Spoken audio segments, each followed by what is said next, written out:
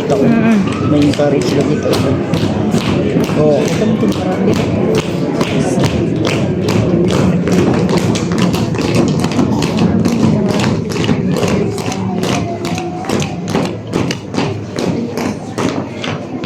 Yo!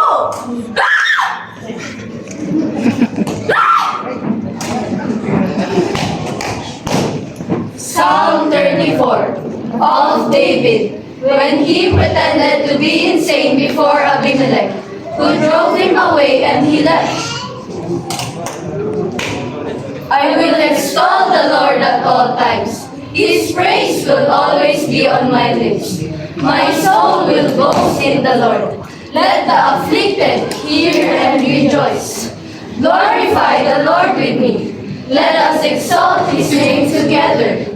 I sought the Lord, and he answered me. He delivered me from all my fears. Those who look to him are radiant. Their faces are never covered with shame. This poor man called, and the Lord heard him.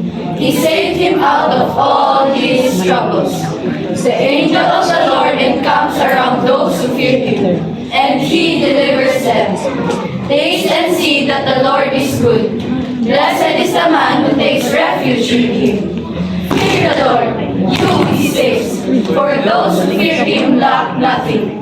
The lions may grow weak and hungry, but those who seek the Lord lack no good thing. Come, my children, listen to me. I will teach you the fear of the Lord. Whoever of you loves life and desires to see many good days, keep your tongue from evil and your lips from speaking lies. Turn from evil and do good. Seek peace and pursue it.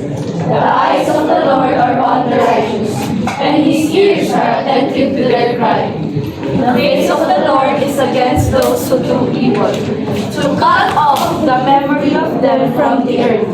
The righteous cry out, and the Lord hears them. He delivers them from all their troubles.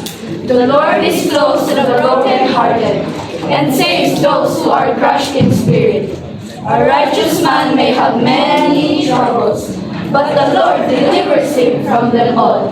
He protects all his bones. Not one of them will be broken.